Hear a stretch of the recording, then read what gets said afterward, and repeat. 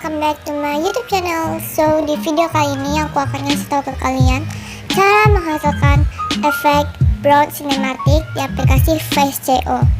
Tapi sebelum lanjut, pastiin kalian udah klik tombol subscribe dan notifikasinya serta like and comment ya guys. Oke, kita langsung aja ke aplikasinya.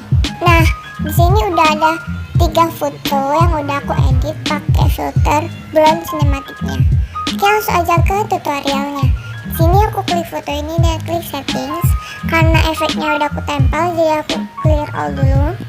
Nah, di sini kita pakai peratur yang C3.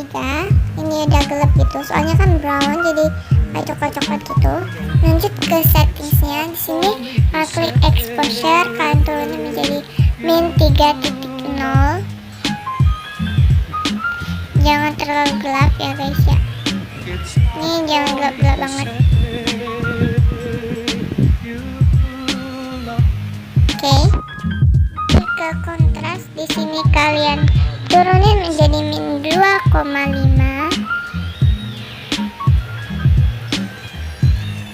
Sini di handphone aku suka macet-macet gitu geng, sorry. Lanjut ke sorotan, di sini kalian naikin menjadi plus 3.3.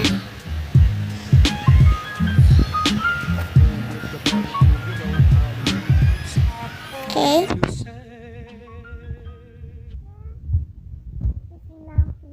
Kita ke temperatur, di sini temperaturnya kalian turunin menjadi min 1,5. Oke.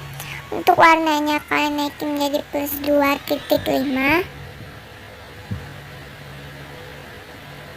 Oke, kalau udah ke pertajam, jadi pertajamnya kalian naikin menjadi 3.0. Oke. Untuk pudarnya di sini kita naikin menjadi plus 4.0. Oke.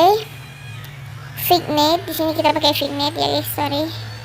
Ini tadi keklik. Vignette-nya kalian naikin menjadi plus 5.5. Oke. Yang terakhir kalian ke pecah warna, langsung aja ke warna sorotan. Langsung ke magenta, di sini kalian turunin menjadi plus 3.6. Oke, langsung guys, selesai. Ini kayak gini ya guys, kayak brown cinematic gitu kan. Oke, segitu dulu aja video dari aku. Untuk preview efeknya kalian bisa lihat di awal video tadi. Oke guys, bye bye.